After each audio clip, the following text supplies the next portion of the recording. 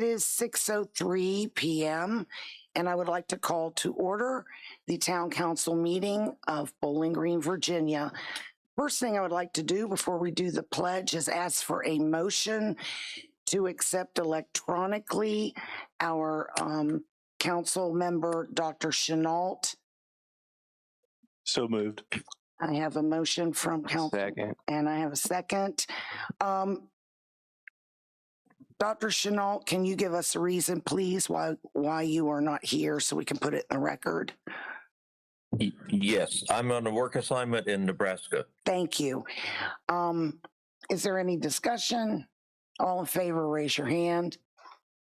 Dr. Chenault, thank you for joining us. Would everyone please stand for the Pledge of Allegiance?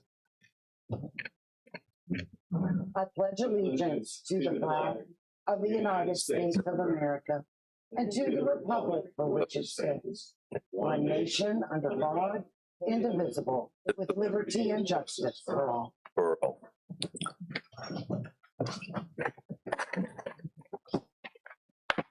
At this time, I would like to ask the deputy clerk to please take the roll call. Councilmember Haven. Here. Councilmember Short. Here. Mayor Engel. Present. What? Here. Councilmember Canal. Here. Councilmember Webb. Here. Councilmember Boyd. Here. Councilmember Davis. Here. All members are present and we have a quorum. Items number 1 through 6 are on our consent agenda. Are there any of these items at this time that need to be pulled out from the council? Hearing none, I would like to ask for a motion of approval. So moved. We have a motion from Councilman Voigt. Do I have a second? Second. Second from Councilwoman Davis. Any discussion? All in favor, raise your hand. I'm raising. Thank you, Dr. Chenault. I was about to ask. Okay. All of those pass through. We will now move on to member comments. Ms. Davis. Yes, I would like to congratulate Jeffrey Smith upon receiving his master's degree. And also, I would like to thank the chief for getting pizza donated for the National Night Out. It was wonderful. It was. We had a good time. Thank you, Councilwoman Davis. Councilman Voigt, do you have anything at this time? I'll just concur. The National Night Out was really good, even despite the rain. It was fun, and they went through a lot of pizza, and that was all donated, really. That's awesome. Awesome. Speaking of events, I will say that the next Clean Sweep is going to be September 19th, and yeah, I'll just keep it at that. Thanks. Thank you. Councilman Webb. Yeah, I just wanted to mention that, our staff, utility public works, town manager, they've had a lot of work to do with all of the utilities, sewer replacements, water. I know that's a lot going on, and I just want them to keep up the good work. Yes, we are very grateful for all that they do. Councilman Dr. Chenault, do you have any comments at this time? Nothing to add. All right, thank you. Vice Mayor Coyle. Just a couple of things in regards to parks and schools. Staff has been working with National Playground developer Kaboom to assist with the upgrade of our town playground. Kaboom representatives are evaluating our current site, which includes soil sampling and safety conditions. A public meeting could be scheduled as soon as September to share new specs and receive public input before the final design is completed. I'd also like to, and I know she's not here, but she has been working on our Harvest Festival, Shamika Baker-Latney. I saw her at the high school wellness event on Monday, and she had done the Caroline Promise Community Day back to school supply on Saturday, July 5th. It was a wonderful event. Lots of coordinating with the children to get ready for the school year, and they are still accepting donations if anybody would like to donate through that. So, Thank you. Councilman Stork, I have nothing. Thank you. Councilman Hageman. I have nothing. I would like to officially welcome Lieutenant Colonel Isaac Howard as the new garrison commander at Fort A.P. Hill. He assumed his duties on June 11th, and we look forward to inviting him to future council meetings. I promised him a private tour of our courthouse. Mr. Smith came with me, and I took the garrison commander, the command sergeant major, and I'm sorry, I cannot remember what Ms. Diane Smith's title is, but she is a layperson executive out at the fort. And we went to lunch 3 weeks ago and had a wonderful time. I took him on a tour of the town. He had not really been through, and we had a wonderful time. So look forward to working with him in the future. Repairs are currently underway on the outside of Town Hall, which includes the front sidewalks, the side steps, and the kitchen area and side steps to the ballroom.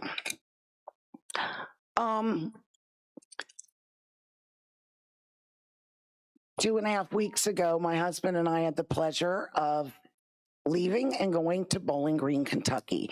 I've been talking to you about this for almost a year now. We had a wonderful time. We were treated like royalty out there. When I went to speak to their commission, stand up for this.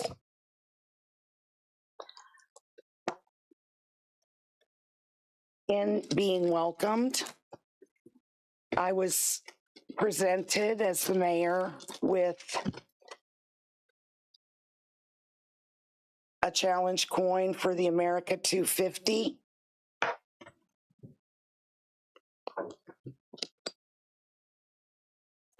We were privileged the day after the commission meeting to tour their new waterfront project, their riverfront project, an enormous project.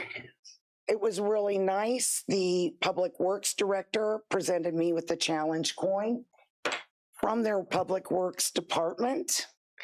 And the project manager, it was really nice to be 700 miles away from here. And he was familiar with our own Councilman Webb and Councilman Webb's firm, because he used to live in Stafford. The city manager for the city of Bowling Green had family in King George. So he would come here in the summer and go to his family's horse farm in King George. So he was also very familiar with our area. And then Mayor Todd Alcott, retired Lieutenant Colonel Alcott from the United States Air Force. His last tour was at the Pentagon. He lived in Burke, Virginia, in Fairfax County. So he was also very familiar with our area. All of these people were very welcoming. They were gracious.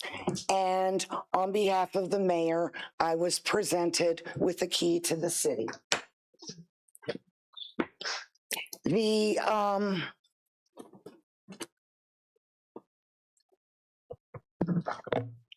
On behalf of the city of Bowling Green, Kentucky, in honor of us becoming sister cities, they have presented our town council with a print, their newest print of their downtown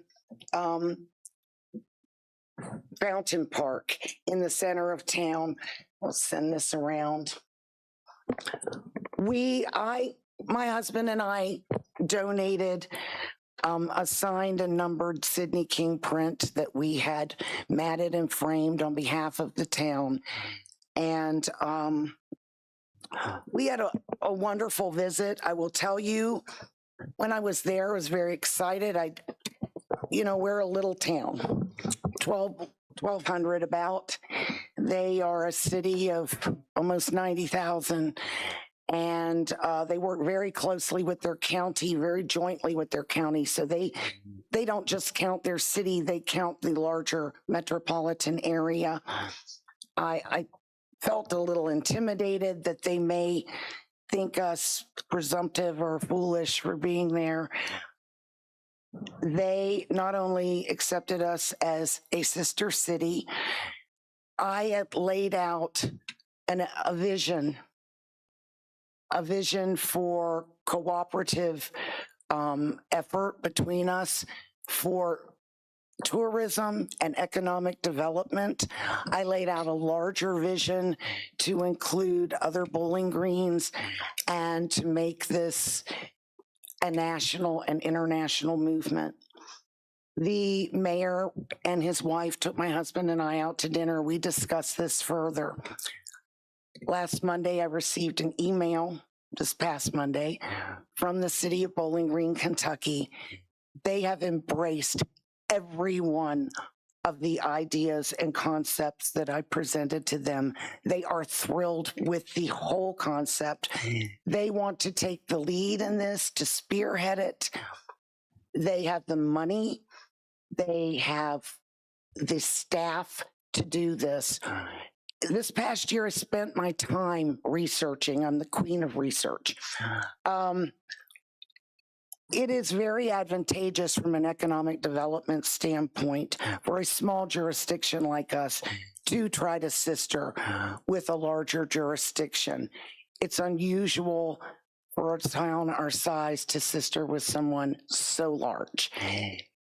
And again, it has economic benefits to our community because they do have staff, they have resources, they have a network that we as a small town don't have.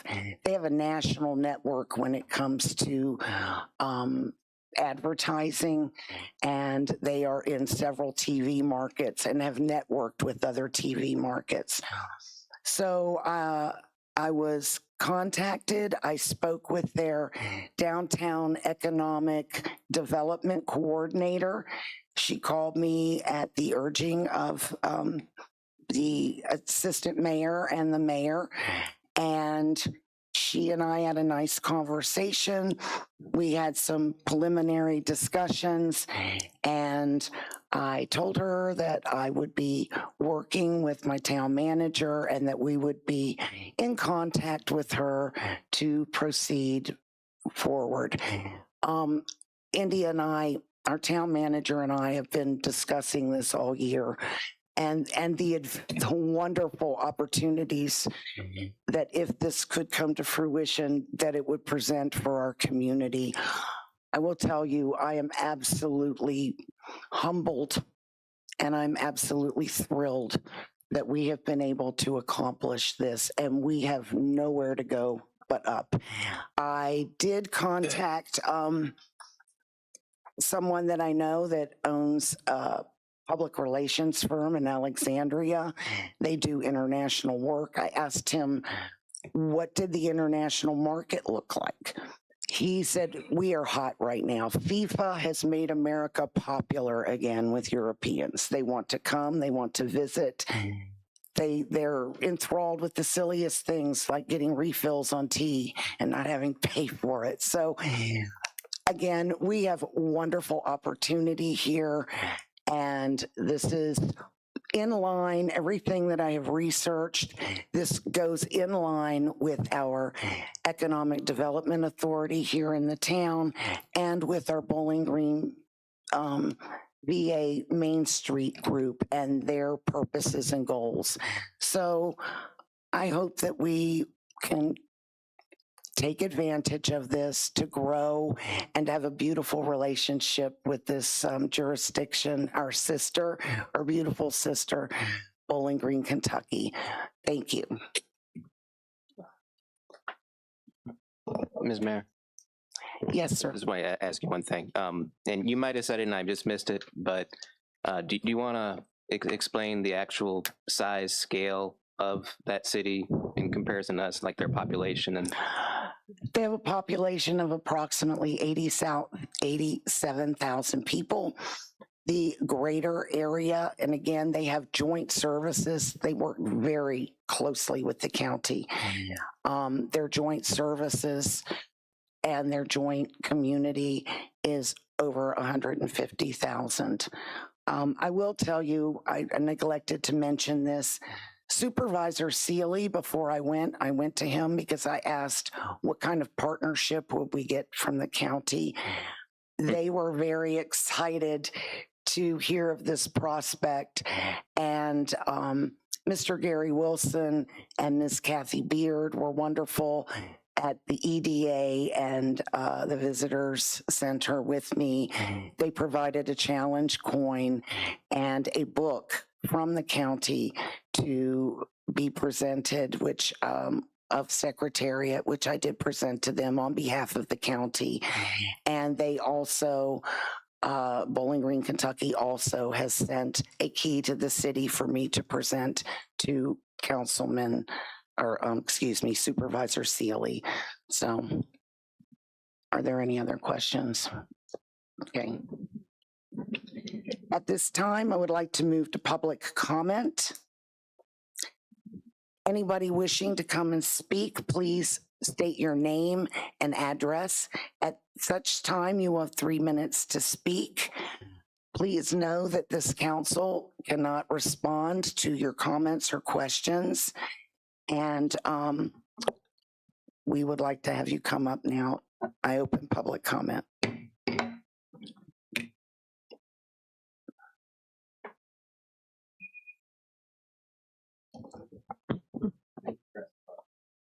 Welcome, Ms. Cropper. Thank you.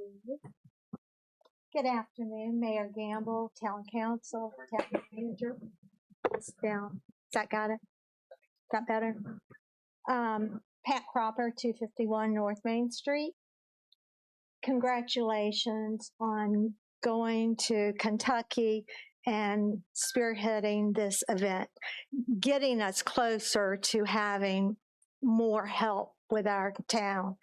Kudos to you for that. I'm very proud to tell other people about that. It should be on Facebook right away because that's what people read anymore. As a tax-paying resident of Bowling Green, I'm concerned about the amount of money being spent on the treasurer/contractor that does not live in our town nor in our county. At the rate of $200 an hour plus mileage, unless otherwise agreed to, with no cap other than 120 days, which equals an excessive amount of money. I don't see in the minutes in the past when the town council addressed the loss of yet another critical financial employee. It's not stated anywhere. This Hope left. Where'd she go? Why did she leave? Some things I know we don't need to know as residents. However, when we have a turnover like that and we keep being told that because we're in the situation we're in, it's because of all the turnover and because of all the lack of leadership, something like this happens, you begin to wonder what's going on. We can only make assumptions. And I see that we got a capital project and grants manager hired as well. Kudos. However, where's the money coming from?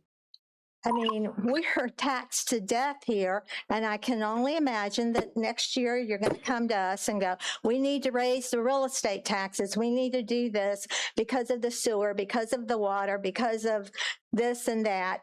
And we have not kept the staff. I don't know if it's a management issue or if it's a staffing issue. I just know it's an issue for the residents of this town. As a taxpayer, I don't know when y'all get the packet that you have in front of you. If you get it on Monday and you meet on Thursday, do you have enough time to really decipher and go through each line item and ask questions to do the research? I get it on Monday and I start reading and trying to do the research so that I can be a better communicator to the people around me, but also to people that ask me questions all the time. Yeah, knew it was going to be out. Thank you for your time. Can I Thank say you, one Miss. thing? Yes, ma'am, Please quickly. take seriously my comments. I don't say them lightly. I don't spend time reading and researching lightly. Thank you. Thank you, Ms. Cropper. Is there anyone else at this time that would like to come up and speak? Going once, going twice. I now close public comment. We will now move on to staff reports and presentations. The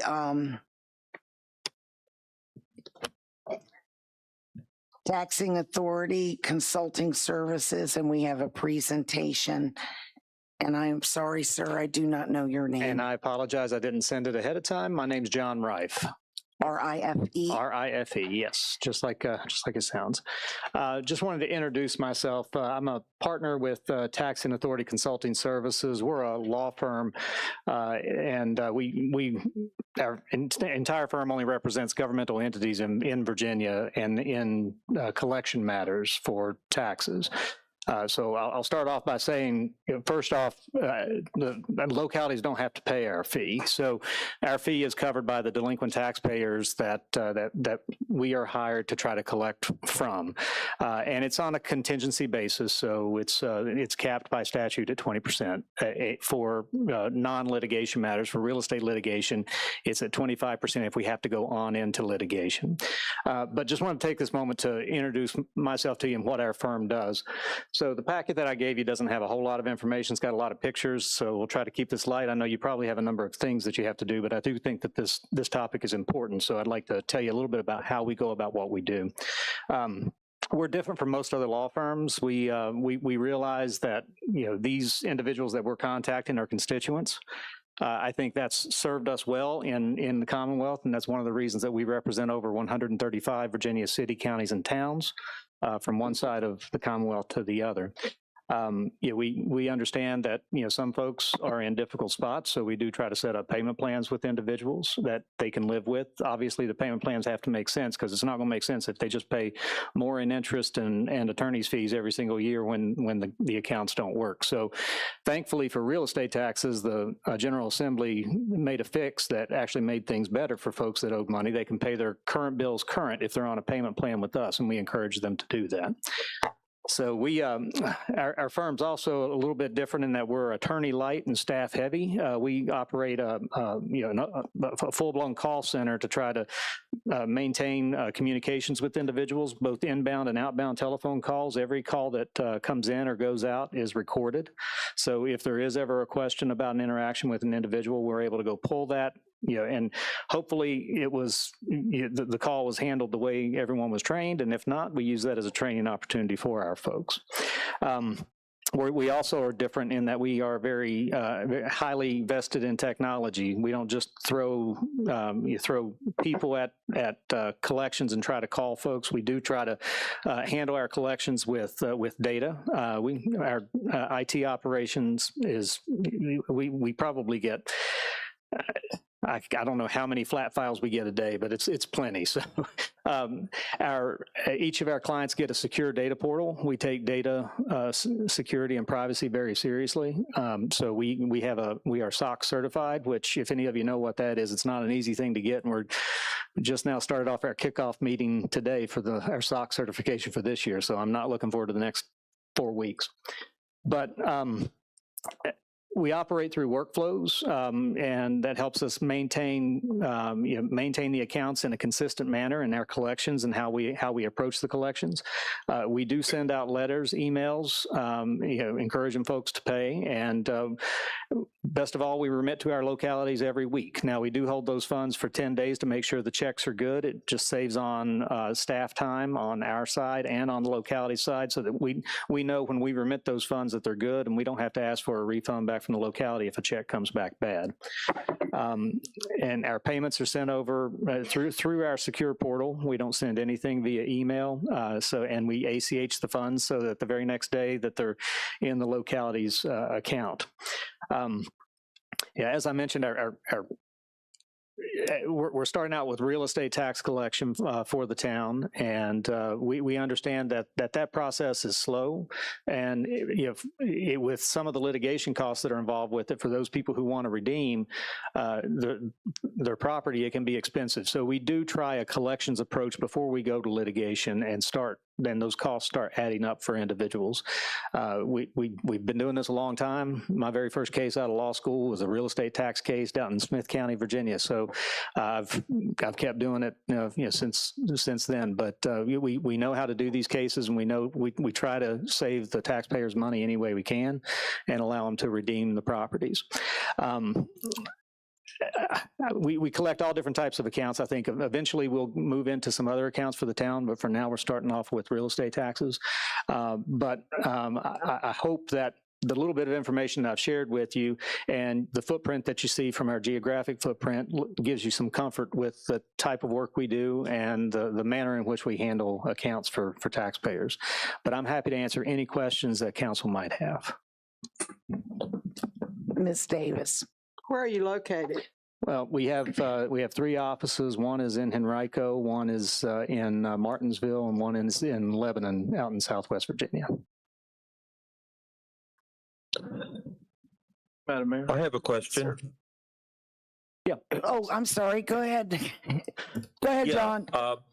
This is either for the gentleman, Mr. Ripe, or for whoever here on the council or India knows the answer. I'm just curious about what is the level of problem we have with collection of real estate taxes in Bowling Green? Thanks, Councilman Chenault. I'll just say, based on the most recent pool that we've worked with the team, we probably have about $80,000 in past due payments just in last year alone.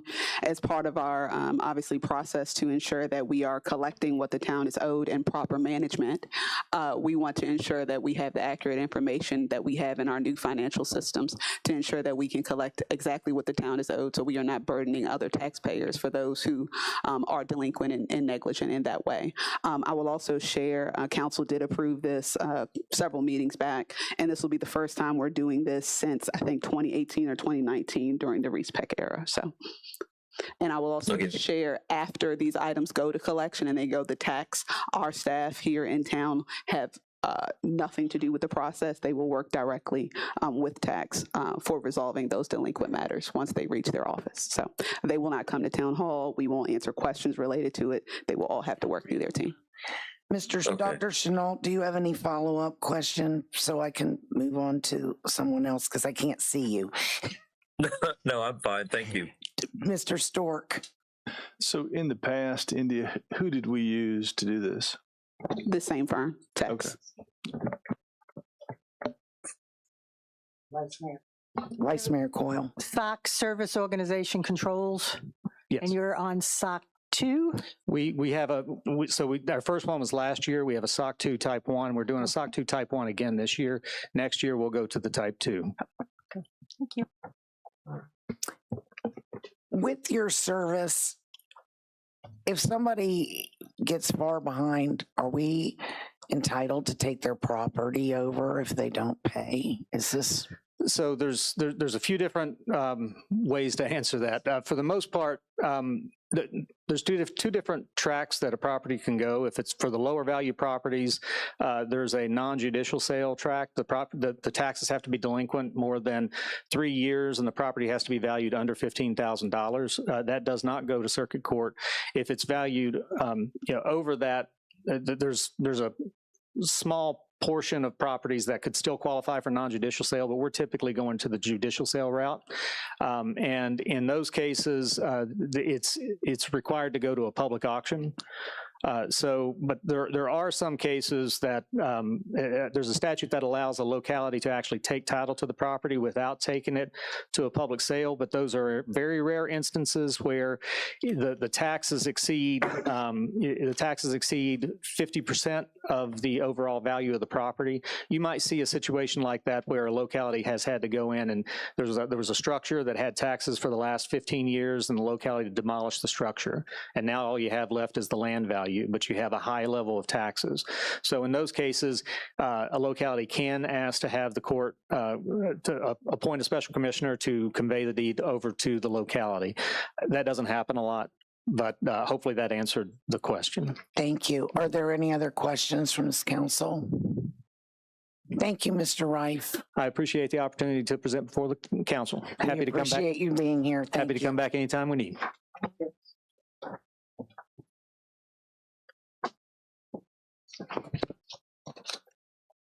Item number 8 on the agenda is the Finance Director Treasurer's Report.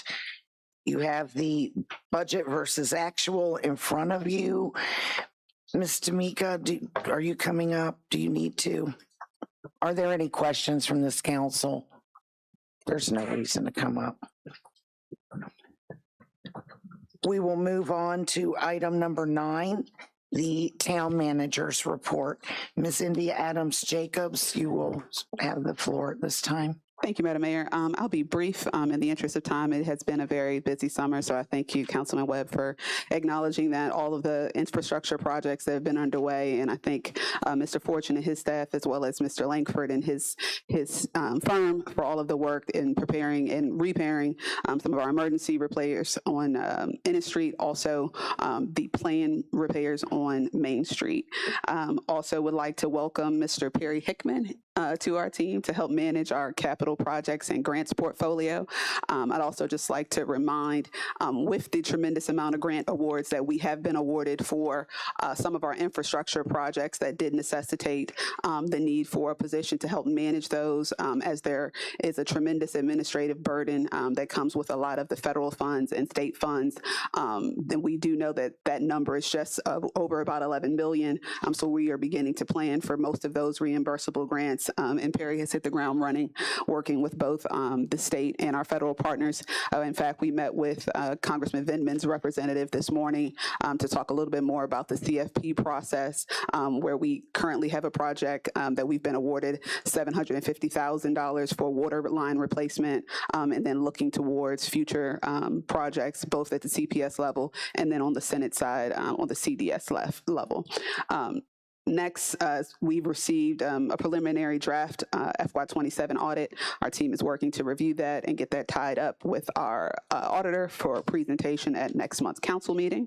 I did receive news today from Kaboom that we are officially funded for our playground.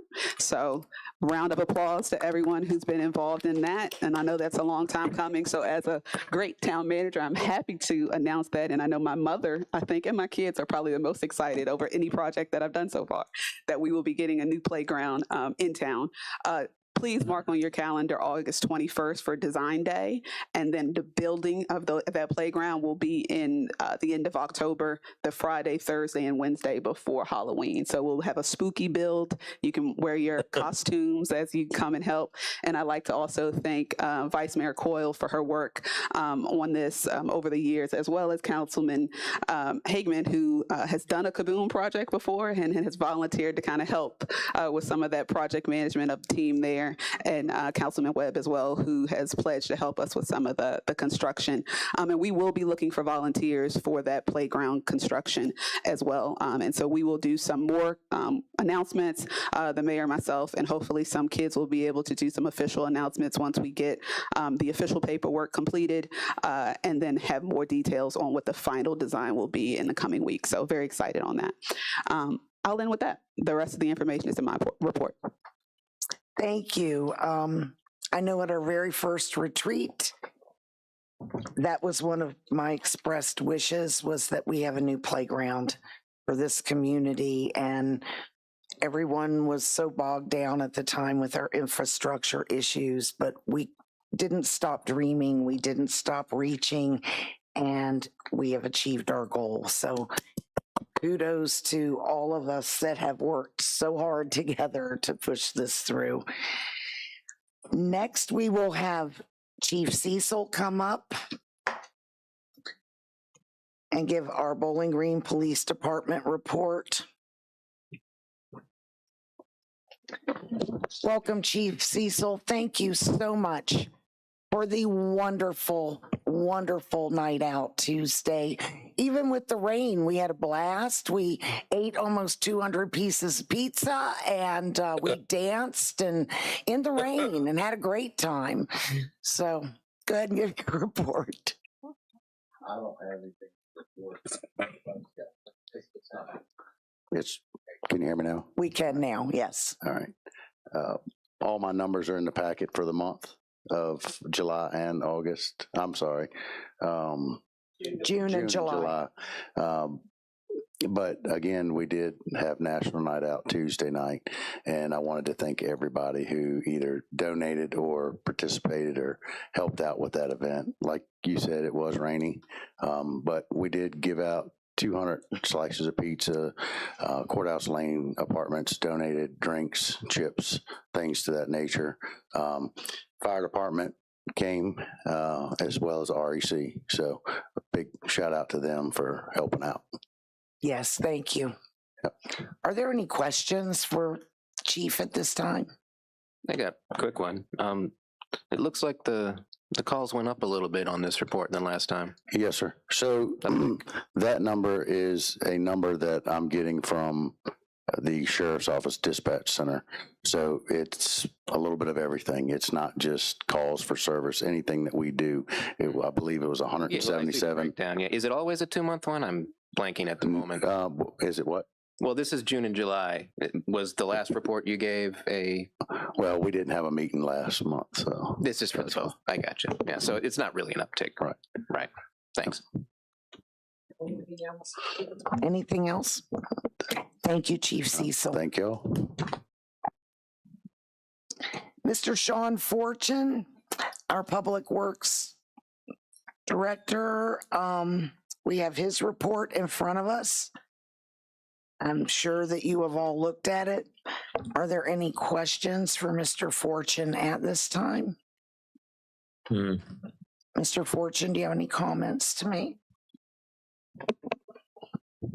No, ma'am. Okay. Madam Mayor, I'd also just like to give Sean some kudos. Obviously, his team has worked tremendously hard on all of the planned projects, but they've also been doing a lot of extra with the town hall upgrades that are required as part of our insurance follow-up. But also, they did finish the copper and lead compliance matters that we brought back several months ago. And so I'll be working with Daniel at True Penny to make sure that process is squared away from a compliance perspective. But they did a lot of the digging and the site visits at those 110 homes in several months in the heat. So I'd like to thank them for their extra work, because that is a government mandate. It's extra work. Thank you, Mr. Fortune. And also Justin left, but I'd like to thank him. We had a couple of incidents at nighttime, and he came back out, and a couple of fire hydrants that ran into, and he responded. He stayed out there the whole time with me and assisted me. So I'd like to thank him for his time and effort. Thank you. That's very kind of you. Madam Mayor. Yes, sir. If I could have the town manager speak briefly about Mr. Jordan. Justin Jordan. Oh, his promotion. Yeah, just wanted to bring that up. All right, Sean. Yes, it's your staff. Brag on them. Yeah, Justin got promoted to maintenance worker 2. He's been stuck in one position for a while. Really, Justin has been doing the position, but he just wasn't getting paid for it. He had to get trained up a little better on some things, and he's very, very excited about it. I mean, he's just been grinning from ear to ear about it. Especially when they put him on Facebook, and I ain't heard the end of that yet. That was fun. Yeah. I just want to give congrats to him. Just good job. Notoriety can go to your head. Oh, yeah. So, thank you, Mr. Fortune. At this time, we'll move on to item number 12, and Mr. Mark Imboden is here with our utilities report. Welcome, Mr. Imboden. Hello, good to be with you all this evening. All right. situated here. Any questions about the utility report?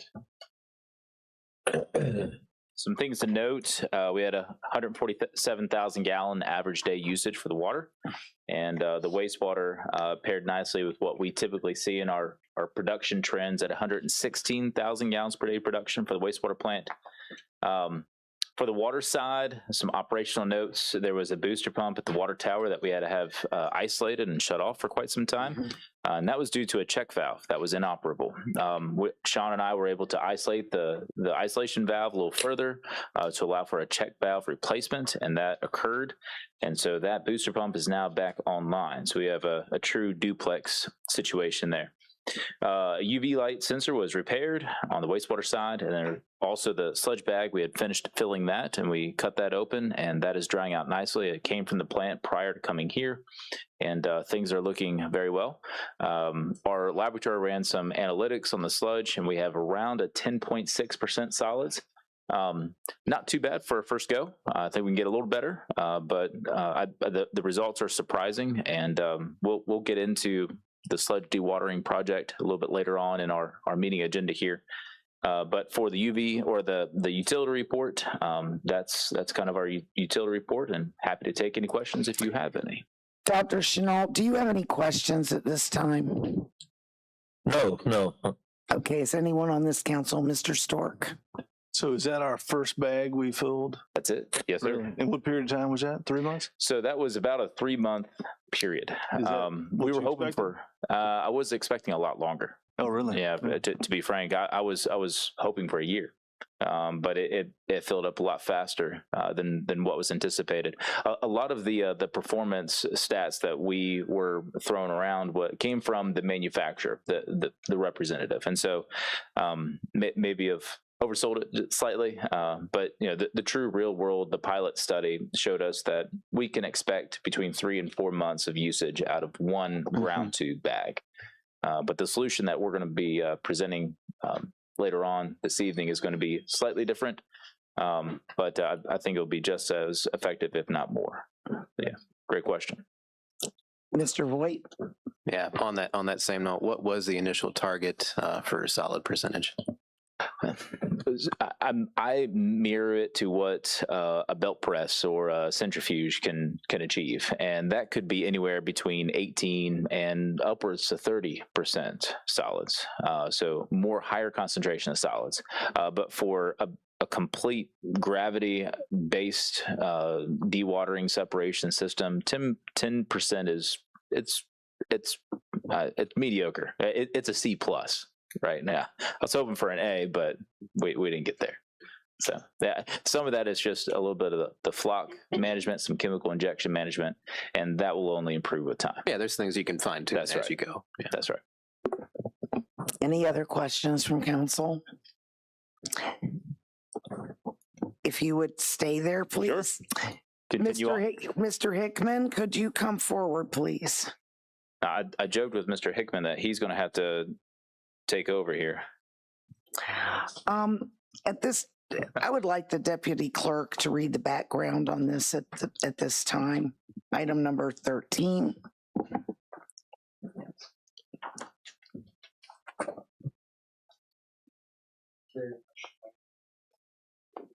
Is your speaker on? I'll turn mine. Thank you, Madam Mayor.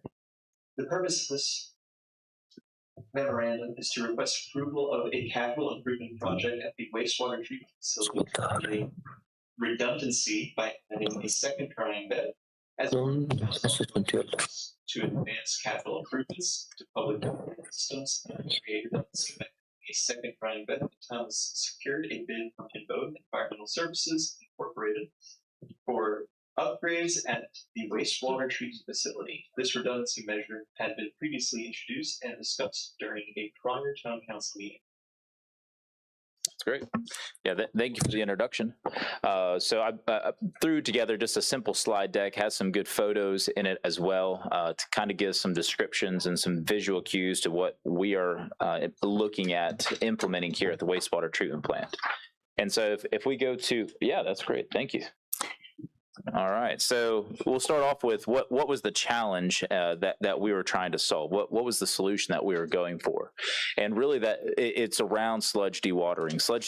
Sludge management is an integral part of the wastewater treatment plant process, and without it, we're not going to have an effective treatment process, and we will have violations to our permit from DEQ. And so the challenges that we were trying to meet was the existing drying beds. They're slow to drain.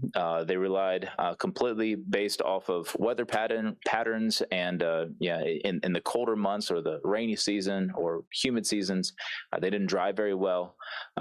They had poor drainage in the sand drying beds, and they were also labor intensive to go in there with a backhoe or a skid loader and literally fork out all of the dried sludge into a bucket and load out, and also takes a large footprint. And so all of these things were challenges that we needed to solve.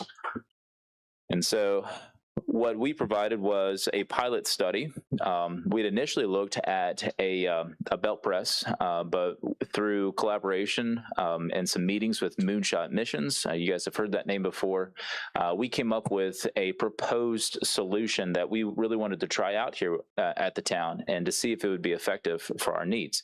And that is a geotextile dewatering solution. And so think of like a large sock that allows the water to filter out, and it retains all the sludge and allows the sludge to be retained, so that can then be scooped out and hauled off to the landfill. And so that's what we did. And that process really kind of involved 3 steps. The first step was repairing one. You have 5 drying beds. We repaired one of those drying beds. We picked the one right in the middle, so we had ample space on both sides if necessary. But we picked the middle one. Sean, with the town's contractor, completely took out the sand, the pea gravel, replaced the underdrain, and they put new PVC piping back. They added 57 gravels up to grade, and we then brought our equipment, and we purchased all the geotextile dewatering equipment.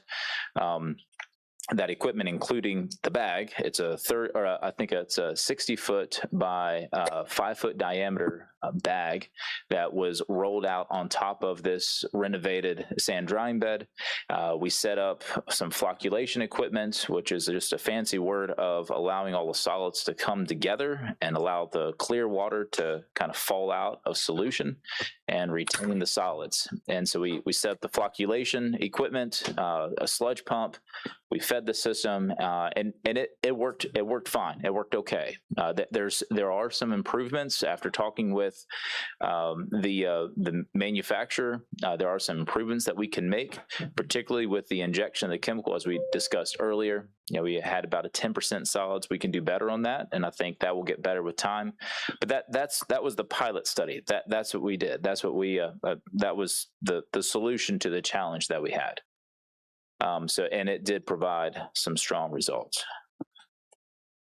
Perry, if you need to hop in and talk about anything, you don't have to listen to me. All right. So we excuse me 1 minute, Mr. Hageman. Mark, when that bag is full and you cut it open, where is the sludge going then? Just in an old drying bed? Or what are we doing in the meantime to get a new bag there? So the current situation right now is the bag is cut open and allowing the solids to air dry. And what we are doing in the meantime is what we've been doing, and that's hauling liquid sludge to a sludge receiving facility. But the solution that we're going to propose will hopefully guard against that. And the pilot study setup that we had, that we're going to retain that as a backup. And so we won't be put into this type of situation again.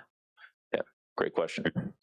So the pilot study did reveal 2 issues, and it is exactly the issues that we just discussed. One is the prolonged in-bed drainage. And so we only modified one bed, and after that geotextile tube is full, it needs to sit. It needs to sit for about 2 months to finish draining, to finish dewatering. And we got away with like 3 months of disposing into this geotextile bag, but it's going to take another significant time for it to continue drying. And so prolonged in-bed drainage was an issue.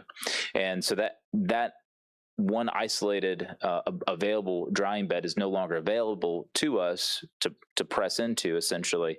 And so that was one problem that we identified. And then two is just the disposal complications. So each time the bag is full, the bag is not reusable. It's a consumable part of the process. So that is cut open. It is laid out to the sides, and the solids that are in the center are scooped up with just a mechanical, like a tractor with a loader or a skid loader or a backhoe. And that's loaded into either a dump truck or roll-off container and taken to the landfill. And so that is a very manual process. And the solution that we're going to present is going to do away with that very manual process. And doing away with that manual process will decrease the cost, the ongoing operational costs of the solution. And so I will also say that the disposal is going to, the ultimate end disposal is going to be at the King George County Waste Management Landfill. We have already had discussions with them. We have approval to dispose of solids, solid cake at the landfill in our sludge disposal management plan with DEQ.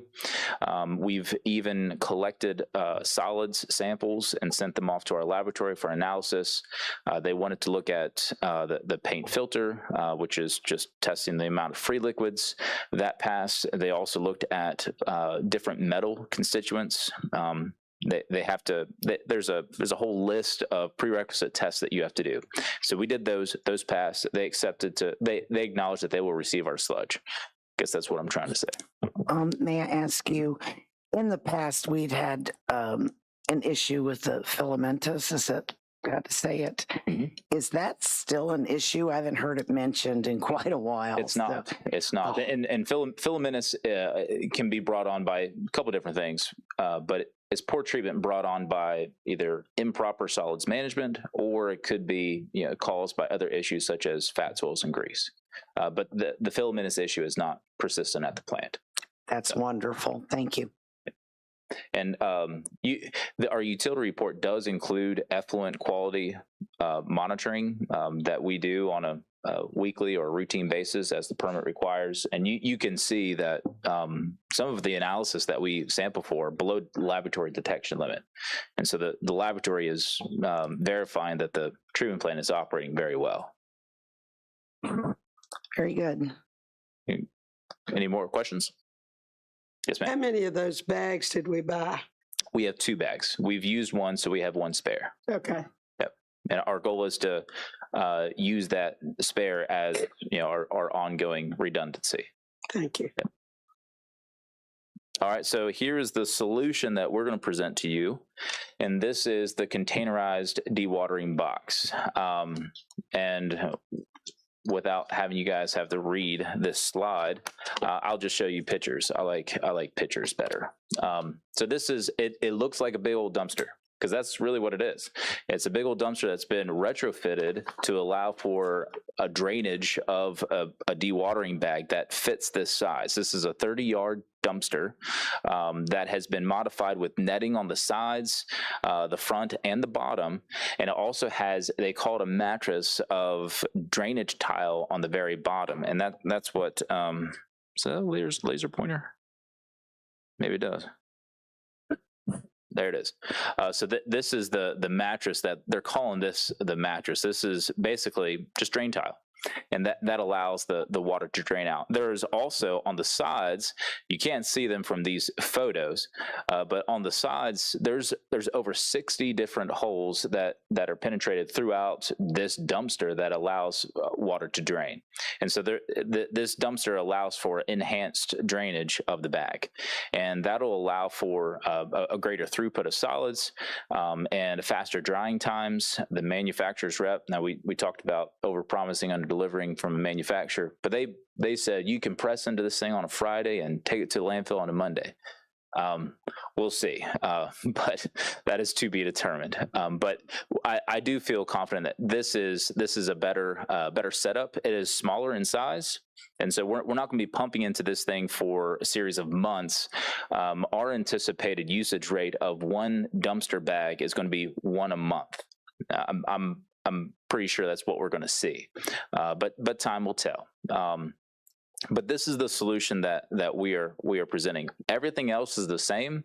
The sludge pump, the rotary sludge pump that is in our proposal, we'll be using that to pump into these bags. It's the same sieve size of the bag. It's the same type of bag, has the same fill tube. We're using the same polymers. Everything's the same other than the mechanism that allows the dewatering bag to drain. And that was the holdup with the previous pilot issue, the pilot solution. Any questions on this bag? You said that it's one per month. At what cost? I have that at the very bottom, but we're estimating around $10,000 a year. A year? A year. Oh, okay. Mr. Chenault, did you have a question? No, that sounds good to me. Okay, Vice Mayor Coyle. Yeah, can you just explain again the drainage pipes that are underneath the weave? That's right. That's right. These right here, these are the drainage tiles. And so those are like 4-inch ABS drainage tiles. And so those pipes have perforations from top to bottom, and they allow water to infiltrate into those pipes and then drain out. And then there's also right angle metal that's adhered to the roll-off container. So when we fill this bag, after our operators fill this bag and it's full of sludge, it needs to be taken off. We call in a sludge hauler or a dumpster hauler. They take this dumpster to the landfill and they dump it into the landfill and they bring our dumpster back. And so that eliminates the cost of cutting the bag open, letting it air dry, coming in, scooping it out, putting it into a dumpster or a dump truck, hauling that out. It's a very streamlined process. I'm sorry. Visual. When you dump this, you're bringing it back. Mm-hmm. Is there a cleaning process in this? It sounds kind of nasty to be moving something like this back and forth. None that I know of. Okay. I mean, it might use a hose down every now and then, but no sanitization or decon. So it's not going to pose any kind of E. coli problem for any of our staff, or no. It's no more than what is typical with the job. Okay. Any other questions, Mr. Hageman? Mark, all the rain that we've been getting the last 2 or 3 weeks, how was that? That's probably going to be affecting the drying process, isn't it? It could. Yeah, just with like humidity and such. But what is different with a setup like this and with the setup of just the regular drying beds is that when we pour a drying bed, we're pouring the liquid sludge right into the drying bed. No, we're not adding any chemicals. We're not doing anything to modify the consistency of that sludge matrix. With a dewatering solution like this, we're adding in a polymer, which is a flocculant. And the flocculant, most things in nature are negatively charged, and the solids are negatively charged as well. We're adding a positive charged chemical, a polymer, and opposites attract. The sludge binds together, and the water that was in between the sludge particles comes out. It's the chemistry is pretty crazy. I should have added a photo of what you see in the flock. It's basically they put it into a 5-gallon bucket to make sure they get the right chemical injection, and it's basically a bucket of water with some brown flakes floating around in it. Whereas before it looked like chocolate milk before. So the polymer is a big X factor in this process. Mr. Webb. Hold on, Dave. Mark, I heard you say that you would press that. I mean, do you do any pressing once it's in the dumpster? No pressing. I thought about that. I was like, how can we squeeze it a little bit? But no. Well, I just thought you you mentioned that if you did press it, you could haul it out the next day, and I wasn't sure if that was part of the process. Just curious. That's part of this process, and I might have misused when I'm saying press into it, as in we filter into it, or we pump into the bag. Takes 3 days to dry. Yes, that's right. But I mean, in the process now, we still have to haul off the material. Right now, somebody has to get in and manually pick it all up. It seems like a lot cleaner process. It's going to be a lot hauling, because you're still hauling the same thing out. That's correct. That's correct. Mr. Stork. And so this roll-off dumpster, is it underneath the roof like the? It is. So the rain really doesn't get on it? That's right. That's Okay. right. It is. All this will be under the roof. And maybe do I talk about that in my next slide?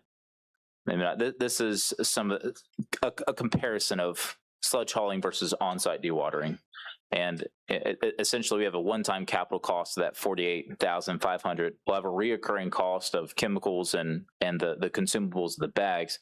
But annually, just hauling liquid sludge, we've estimated that at $312,000 a year. And so the return on this investment is inside of 3 months. Really, it's going to be like 2 months.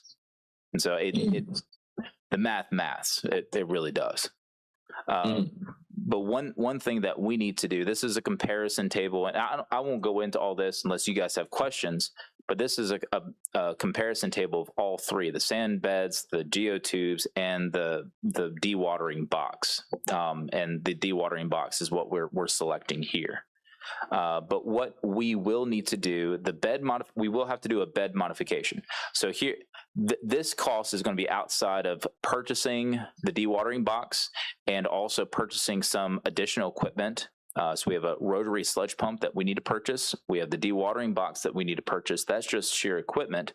And then we also have to modify an additional bed. And so we need to do that for a couple different reasons. One, we need to retain the bed that we've already renovated for our ground bag backup. That is then our fail safe. That's what we're going to use as our fail safe. The other thing is we need to renovate an existing drying bed because the existing drying beds have concrete islands.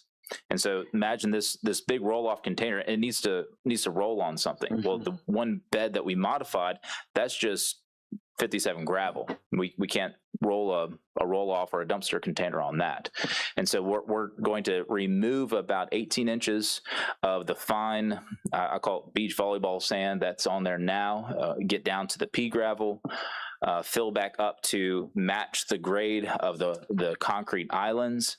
And then that's where we're going to put in our dewatering box.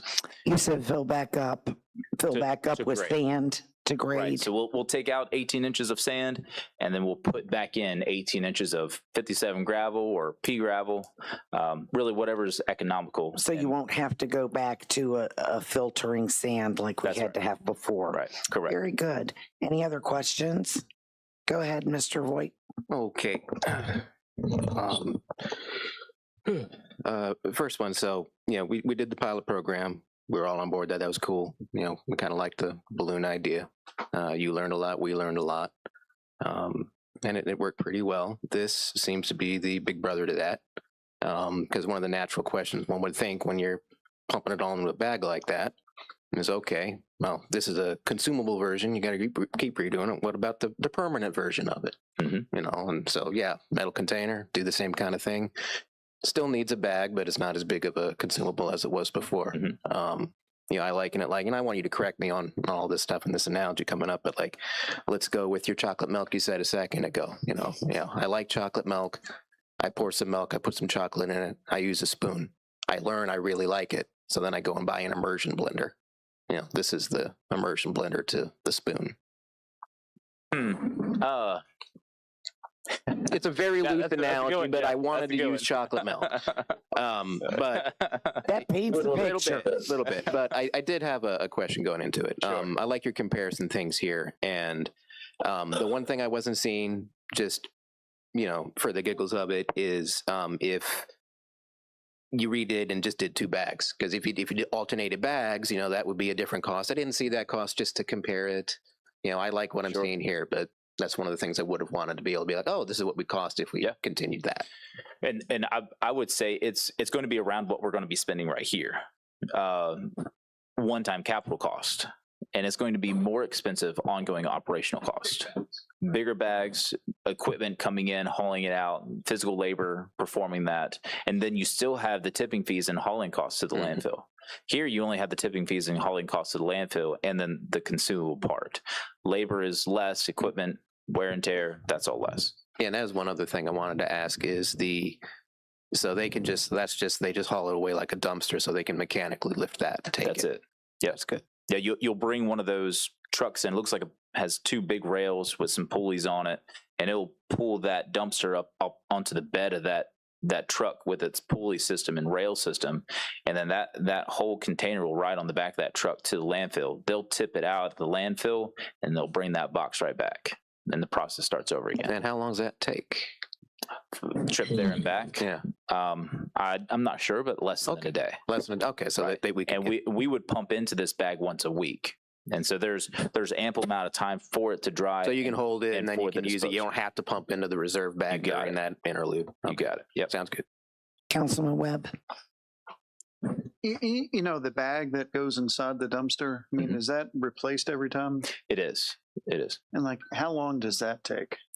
The replacement of the dumpster or the replacement of the bag. Well, I'm saying after it's dumped, you know, it Mhm. comes back. Now they have to replace that bag. Is that difficult, or I'm more curious than anything. Sure. And if anyone wants to see the process, yeah, we'd be happy to show you, give you a plant tour as well. But they come up, they're in big rolls, and there's the end. It's like rolling out a tent for camping. You find the door and you roll it out accordingly, and then you fold it back. Well, they fold it so it's situated where you roll it one way and it's good to go, and it's prefabricated to that dumpster. It's a 30-yard dumpster, and so you roll it out. There's usually 2 holes where fill tubes, just PVC pipe that gets put in there, and then there's pipe clamps that get cinched around those fill tubes, and that's how you pump into these. Yep. Any other questions at this time? Very good. Okay. Reiterating everything that we've already said. But that's kind of where we are right now. The implementation plan right now is obviously council approval to do this, and then 2, we need to confirm the disposal pricing with King George County. We'll need to make sure that fits within our budget. We'll need to modify the bed. That's going to be on Sean and his contractor. Sean's already working with them. We'll procure and install it. I had a conversation yesterday with the vendor. They said once we get a green light, it's 8 to 12 weeks lead time for the dumpster to show up here. And then when it shows up here, they're going to come with their people and they're going to set it up for the first time. They'll give some training and some startup on it, and we'll be off to the races within 24 hours of the box getting here. We'll operate it and verify, and then we'll retain our existing GeoBag ground bag as a backup. So, and that's a wrap. Very good. Any other questions at this time? Mr. Hickman, could you read us your staff recommendation, please?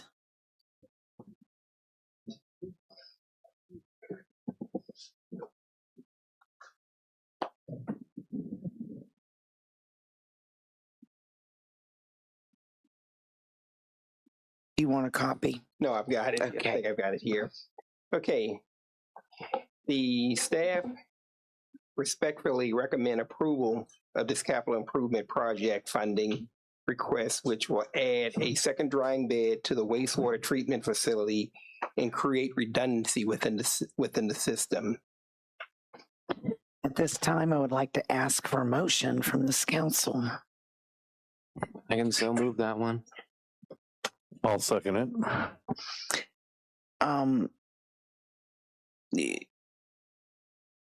I have a draft motion written here. Could I have an amount attached to that motion, please? And what was that amount? Right. $48,500. I made my motion to say $48,500. Is there any discussion? We have a motion to support the sludge management process totaling $48,500. Would the deputy clerk please take a roll call? Yes. Stork. Yeah. Vice Mayor Coyle. Yes. Councilmember Chenault. Yes. Councilmember Webb. Yes. Councilmember Voigt. Yes. Councilmember Davis. Yes. Motion passes unanimously. Thank you both. Thank you. We will next move on to item number 14. the financial consulting agreement. And would the deputy clerk read the purpose of this, please? Purpose of the memorandum is to request possible approval of professional services with CYM.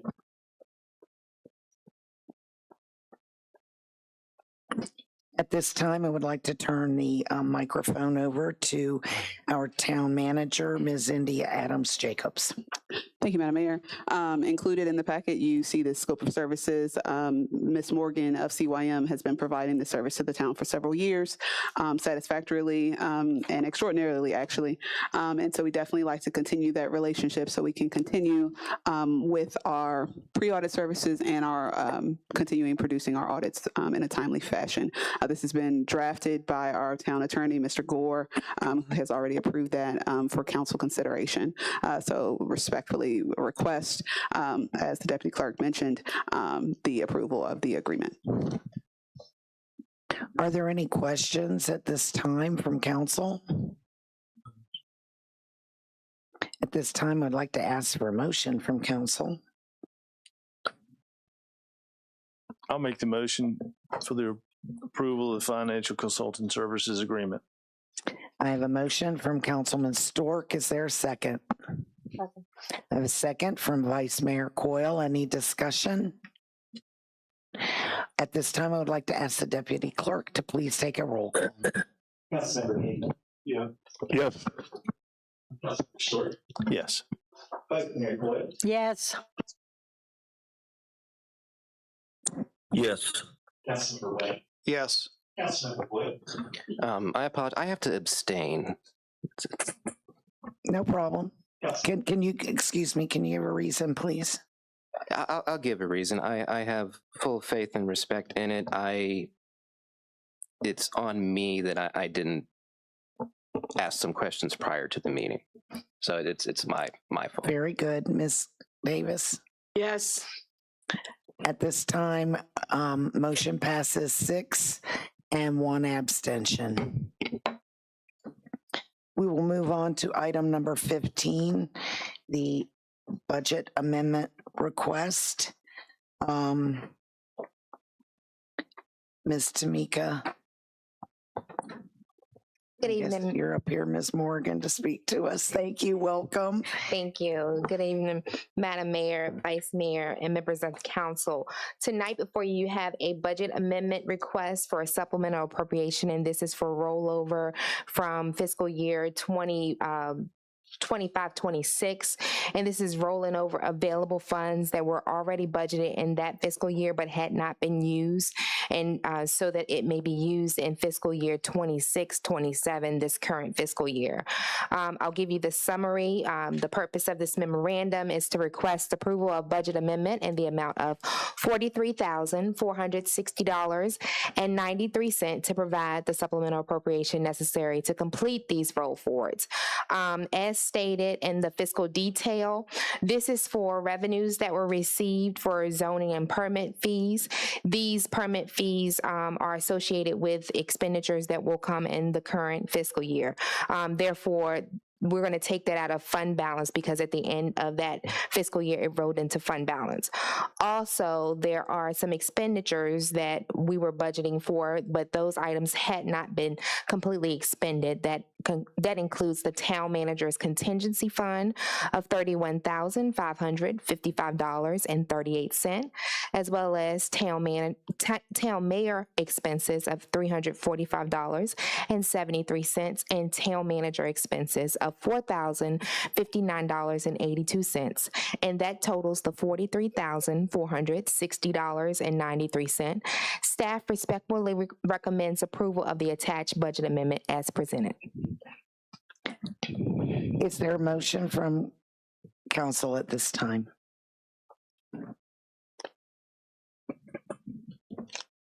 I'll move that we move forward with it as presented. I have a motion on the table. I can read the draft motion. I move to approve the budget amendment in the amount of $43,460.93, providing supplemental appropriations to reappropriate unspent funds from the FY 2025-2026 budget into the FY 2026-2027 budget for year-end roll forwards as presented. I have a motion from Councilman Voigt. Is there a second? I'll second it. I have a second from Councilman Hageman. Is there any further discussion from this council? Would the deputy clerk please take a roll call? Councilmember Hughes, Yes. Councilmember Stewart, Yes. Vice Mayor Coyle, Yes. Councilmember Chanel, Yes. Councilmember Pitt, Yes.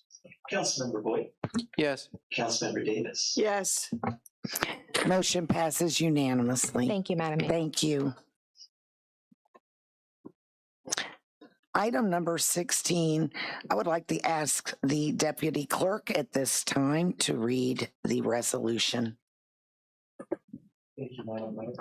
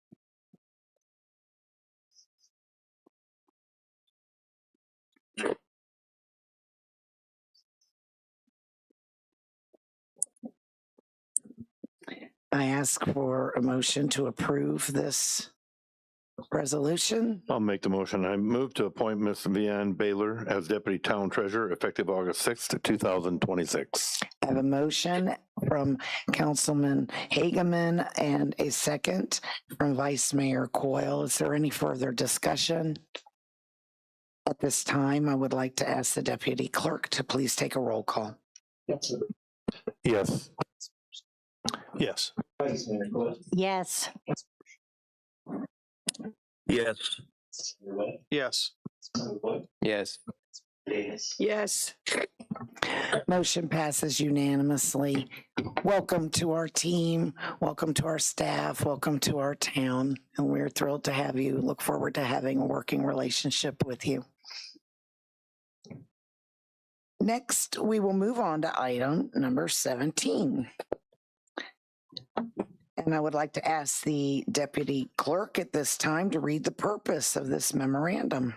Thank you, Madam Mayor. This memorandum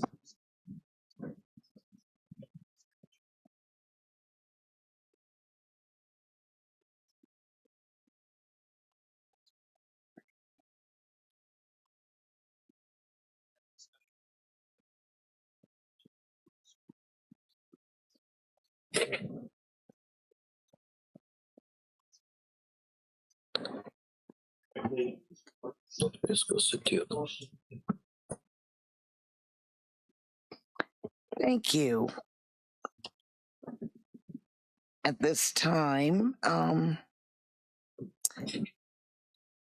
is there any discussion on this? Would the town manager like to jump in on this? Sure, Madam Mayor. So there's been a lot of discussion at both of the bodies. As Mr. Smith mentioned, we've had a sidebar meeting on some of the parking concerns, both at the EDA, BGVA, and then a smaller group of some business owners and property owners to discuss parking holistically.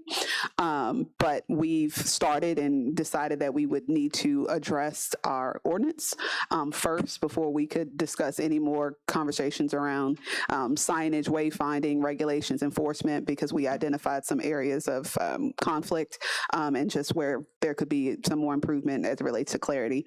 So myself, as well as our town attorney, drafted and suggesting pulling out some of that information that was kind of buried in our town code and other areas and create a standalone chapter. So that's what you have before you.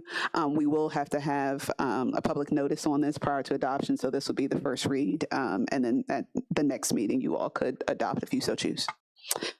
And then we'll move to the next items in our code revisions, which will be the town charter and then the nuisance code. So we're still moving along with that process. And I'd like to thank Danielle and Jeff for their work as well. Yes, thank you. So your staff recommendation, do I have a motion at this time? At this point, you all would just review it because you could give us a recommendation to proceed with the public notice. Myself, obviously, we drafted it.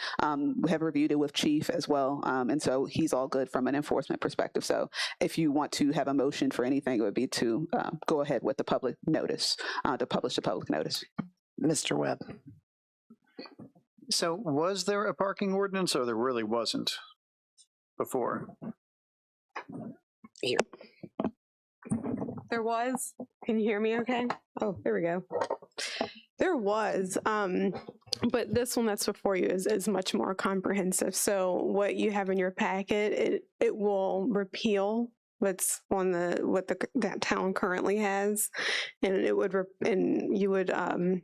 it would replace that with what's in your packet. So like Ms. Jacobs said, it's really just a much more comprehensive parking ordinance that is it's a typical parking ordinance. It's much more typical that you'd find this type of ordinance in other localities than the one that is currently on the town books. Okay. So, I mean, I really haven't done a deep dive into it, but like, what are like the big highlights? What are some of the things that we were deficient in? And I'm just curious, There were some challenges as it relates to interpretation of enforcement, parking zones, painting in certain zones where parking would not be allowed, some lack of clarity on regulations and who had the ability to regulate. There was the golf cart section was somewhere else. Certain streets weren't mentioned in certain areas. There wasn't specificity as it relates to the fines for certain enforcement. So Chief's parking tickets has numbers and rates for each official offense, but that was not written in the ordinance, and those are just some off the cuff, but there were many others. So, So the big hot button issue that's always talked about, the amount of time you can park on Main Street, is that clearly addressed in here? That was one of the things that basically was left to the town manager's discretion, and that's something that's still in here, kind of with that discretion, and we'll be continuing to work with the groups on refining that, but that is mostly unchanged.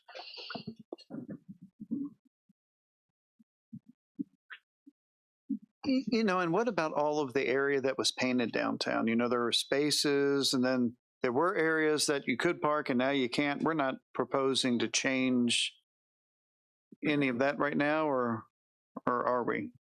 And I know that the ordinance may not address that.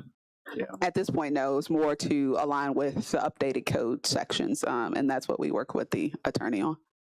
Yeah, I mean, I had heard about, meeting, I don't know what the group was that met to talk about parking, but I mean, I think it sounded like a very positive meeting and made good progress, and it sounded exciting, to kind of tie all that stuff together. And I guess at a high level, first was addressing the concerns of the business community, which was kind of addressed at the EDA meeting. Obviously, we've had challenges on Main Street, but we also have some challenges with, I would consider, signage and wayfinding. Having done 3 different parking plans in municipalities now, I don't consider myself an expert in a lot of things, but parking is definitely one of them.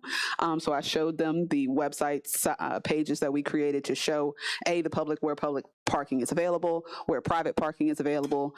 So the smaller group where we spoke with the property owners was really discussing if we were to have a thought about some shared signage in shared use parking lots, what that would look like, what the verbiage would need to look like. But we all kind of understood that we needed to clean up the ordinance first before we can even get to enforcement and then improving signage and wayfinding. So this was step 1. So what I'm asking from council is, do you recommend that we take a month and digest this before we make any motions? Or is it your desire to go ahead and put this out for, what is it? You'd just have to notice it. Yeah, the notice. Before you adopt it. I think let's Mr. go ahead and Hagan. put it out for notice. I mean, Then make we've that got this motion. far. We've had a lot of committees about it. We've got this new ordinance now, so let's get it out and get it taken care of publicly, and then we can fine tweak it from there after that. So is that your motion? That's my motion, yes, So ma'am. Mr. Hageman has a motion and a second from Vice Mayor Coyle. Is there any further discussion at this time? Dr. Chenault? No discussion. Okay, then with the show of hands, all of those in favor, raise your right hand. I'm raising. Thank you, Dr. Chenault. Motion passes unanimously. We will move on to public comment. Ms. Cropper has already spoken, and there is no one out here left to speak, so we will not have public comment. We'll move on to member comments. There is one thing I would like to mention to this council, but mostly to the citizens of the community, because they question our expenses quite frequently. The trip that I took to Kentucky I felt very strongly about this, and I did this completely at my own cost. This did not cost the town anything. So I wanted to make sure that that was cleared up before I heard differently from anyone. At this time, Ms. Davis, do you have any comments? I have none.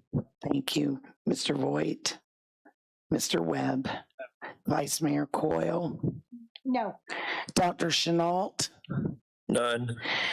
Mr. Stork. I do have one, and I've gotten a lot of questions from residents, and I know I've been copied on some emails with some other councilmen, and I know that staff is aware of it and is working on it, but just, for those watching, the overgrown properties on Milford Street, where are we on those issues? I can't speak about ongoing code enforcement matters specifically, but I can tell you for what we have received complaints on, we have followed up, as well as the properties that may or may not be on delinquent list are being aggressively pursued by tax. And that is something we've consulted with our town attorney on as well. So we hope to see some movement in the next several months on some of those longstanding issues. Good, thank you. Thank you. Any other business at this time from this council? Hearing none, I would like to ask for a motion to adjourn. I move so. Thank you. Second. All in favor? Yay! Motion, Yes. council members, we are adjourned. Good night, Dr. John. Bye, everybody. Bye, John. Bye, John. John, good trip.